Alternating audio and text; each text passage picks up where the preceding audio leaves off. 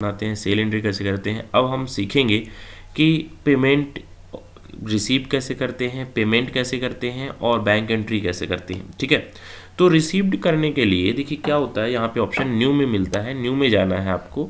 यहाँ पे कैश लेना है, अगर कैश मतलब नगद कोई पैसा दे रहा है, अगर कोई बैंक में दे रहा है तो यूको बैंक लेंगे। आप सिंपल यूको बैंक लेके इंटर प्रेस करेंगे, ऑटोमेटिक आपको यहाँ पे आ जाएगा। रिसीव नंबर डालेंगे, पार्टी का नाम डालेंगे, अमाउंट डाल के डिस्काउंट डालना है अगर डाल देंगे, रिमार्क लिख के और सेव कर देंगे। जैसे आप करोगे तो इस तरह नीचे आ जाएगा। यहाँ पे हम टिक करेंगे अगर हमें इसको प्रिंट करना है और सिंपल प्रिंट में क्लिक करेंगे तो प्रिंट करते ही क्या होगा कि आपको ये स्क्रीन आएगी। यहाँ पे प्रीव्यू में क्लिक करेंगे, जब तक आप इसमें टिक नहीं करोगे तब तक ये नहीं आएगी स्क्रीन। ठीक है, मतलब आपको फॉर्मेट नहीं आएगा। तो इस तरह से देखिए आपका पूरा फॉर्मेट बन के आ जाएगा कि कितना क्या पार्टी का नाम है, टोटल अमाउंट कितना है, चेक नंबर, चेक डेट।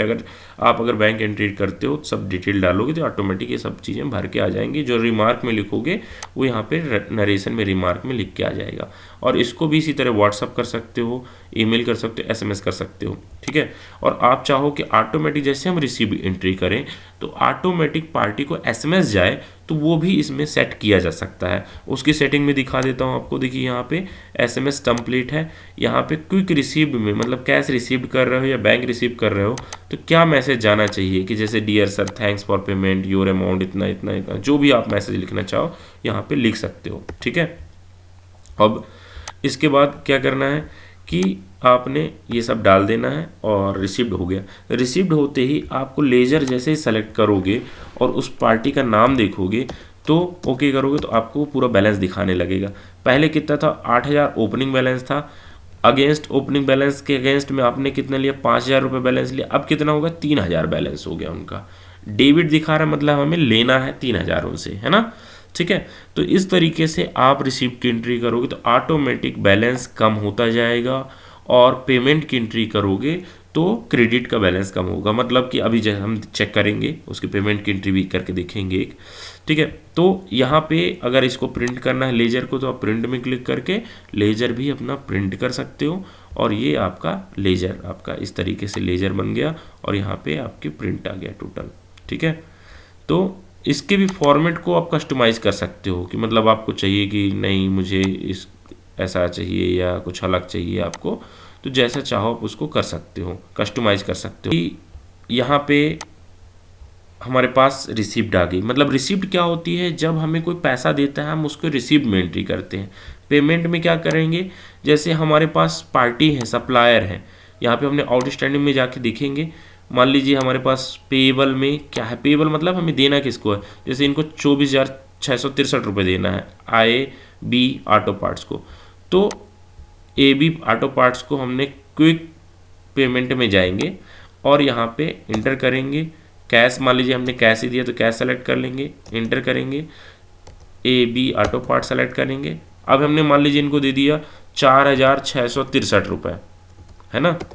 तो हमने वो अमाउंट डाला, एंटर करेंगे। रिमार्क में लिखना है कि बिल नंबर 1 के अगेंस्ट जो भी कुछ लिखना चाहो तो हमने डाल, ये एंट्री यहाँ पे आ जाती है। तो यहाँ पे टिक करेंगे और प्रिंट में क्लिक करेंगे।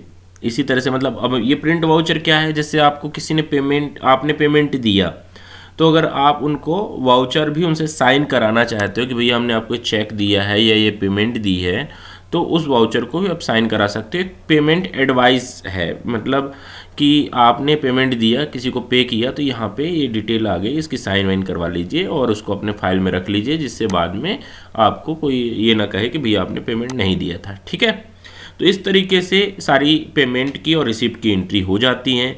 अगर मुझे लेज़र देखना है यही, तो लेज़र में AB ऑटो पार्ट्स मैंने सेलेक्ट किया, ओके किया और यहाँ पे प्रिंट में जाऊँगा मैं।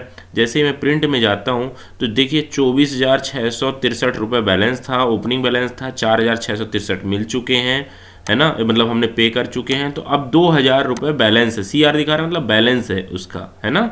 तो इस तरीके से ये ऑटोमेटिक सारी चीज़ें आ जाती है। इसको भी आप PDF में एक्सपोर्ट कर सकते हो, मेल, व्हाट्सअप और SMS सब कुछ कर सकते हैं। तो हमने पेमेंट रिसीप्ट ये समझ लिया।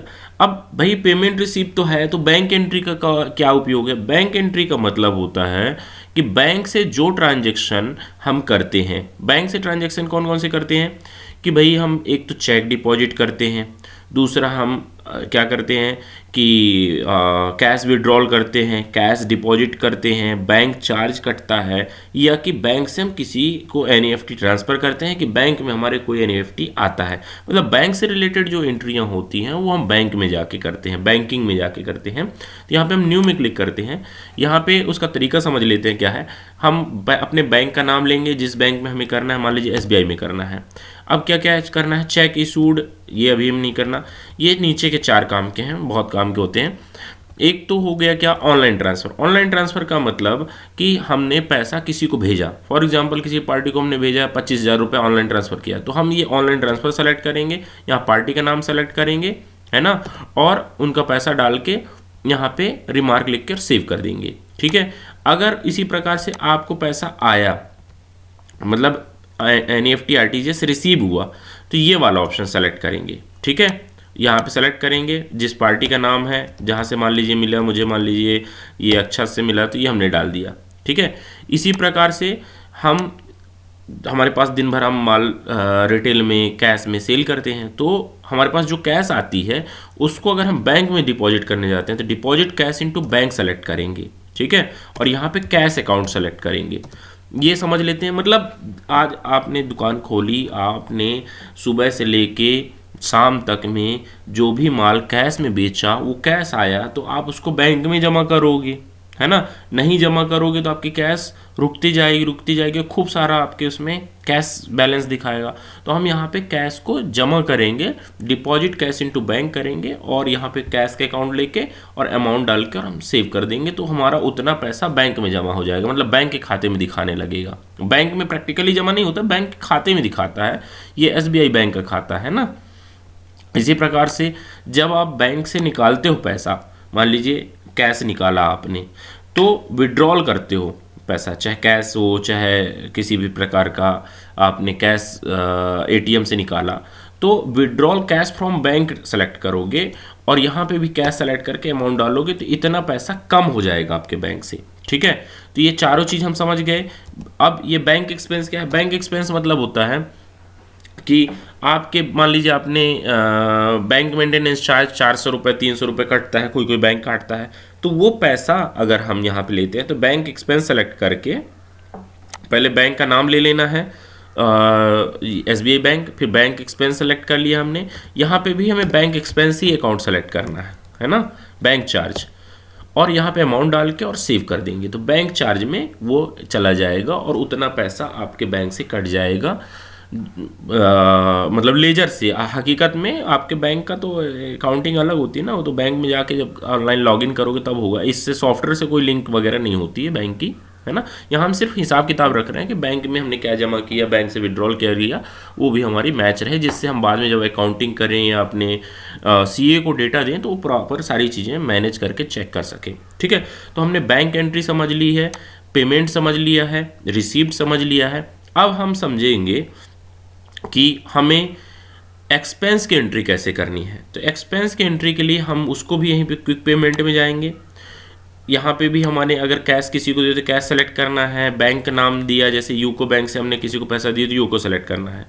और यहाँ पे क्या सेलेक्ट करेंगे हम, ऑफिस एक्सपेंस अगर हुआ तो ऑफिस एक्सपेंस ले लिया, ऑफिस रेंट हुआ तो ऑफिस रेंट ले लिया। यहाँ पे अकाउंट बना लेंगे जो जिस तरह के हैं। ट्रैवलिंग एक्सपेंस है, टेलीफोन एक्सपेंस है ना, इलेक्ट्रिसिटी एक्सपेंस है। देखिए ये सब बने हुए हैं, जितने भी आपके मैक्सिमम एक्सपेंस है उसमें बने हुए हैं।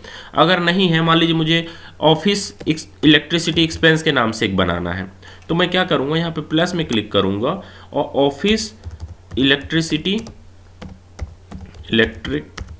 बिल, ये मैंने एक अकाउंट बना लिया और इसको हम ग्रुप दे देंगे एक्सपेंस अकाउंट। ये इनडायरेक्ट रहेगा एडमिन, है ना, और इसको सेव कर देंगे। मतलब हम वो क्या बना लिया, ऑफिस इलेक्ट्रिसिटी बिल।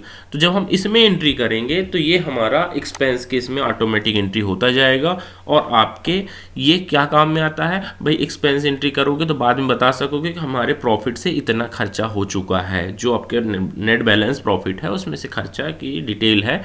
और आपके कैश और फंड का भी हिसाब रहेगा कि भाई हमारे पास दिन के 10,000 आए थे, 10,000 में से 3,000 रुपये कहाँ खर्च हो गए, तो वो यहाँ एंट्री करेंगे तो हमें पता रहेगा, है ना। इसी प्रकार से किसी को भी पेमेंट देते हो, जैसे अपने यहाँ के स्टाफ को, तो उसके भी अकाउंट बना के इसमें एक्सपेंस में एंट्री डाल सकते हो। तो इस तरह से सारी एंट्रियाँ अपने को कर देनी है।